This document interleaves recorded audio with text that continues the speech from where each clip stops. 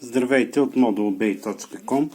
Днес ще ви представим безконтактния ключ за управление на клавиатура за контрол на достъпа, който се свързва към клавиатурата за безконтактно отваряне на вратата от вътрешната страна.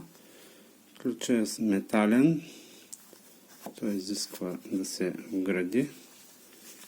Какви контакти има? Има захранване, плюс и минус, и нормално отворен, нормално затворен и общ контакт на реле. Бутонът е светещ. Ние сме свързали такъв бутон към клавиатура за контрол на достъпа.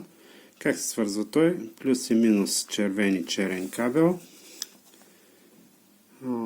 На нормално отворения контакт сме го вързали също към маса и кома, общия контакт, жълтия кабел отива към жълтия кабел за управление на бутон на клавиатурата за контрол на достъпа. Свързали сме към изхода на клавиатурата за контрол на достъпа и един електромагнит за отваряне на врата. Това е само за пример.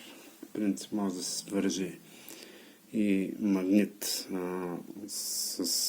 който залепва вратата с задържаща сила, или магнитен насрещник. Включваме захранването.